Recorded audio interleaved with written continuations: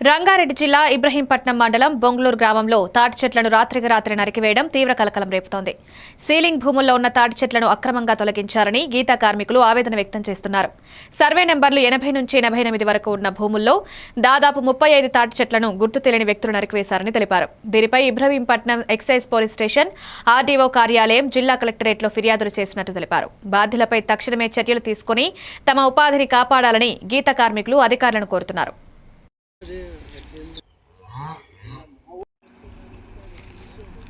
మాకు పర్మిషన్ ఇచ్చేసిండు, ఏం చేసుకుంటారో చేసుకోపోరు మీరు అని మమ్మల్ని ఆడికించి పంపించేసిండు సార్. మేము ఫోటోలు గిట్ట అవి కొట్టుకొని తెల్లారి మన ఎక్సైజ్ సూపరింటెండెంట్ సార్ గారి దగ్గరికి వెళ్ళి కంప్లైంట్ ఇవ్వడం జరిగింది. వచ్చి సాయం చేయలే, మరి ఇప్పుడు లాస్ట్కి వస్తే ఆ రోడ్కి కాలం వచ్చింది. వాళ్ళు తాళ్ళు కోసేసారు, పైసలు తీసుకుని. అప్పుడప్పుడు నేను ఉన్నాక మీకు ఏం భయం, నేను ఉన్నా కదా అని కోపించిండు ముసదారి ప్రెసిడెంట్ సత్తయ్య. మరి దానికి పరిస్థితి ఏంది, మాకు ఏం సాయం చేస్తారో మీరే సాయం చేయాలి.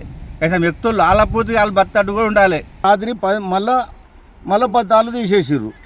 మేము ఏం చేయాలి, మేము ఎట్లా బతకాలి, ఏం సంగతి మాకు అర్థమవుతలేదు సార్. ఇది వనపర్తి జిల్లా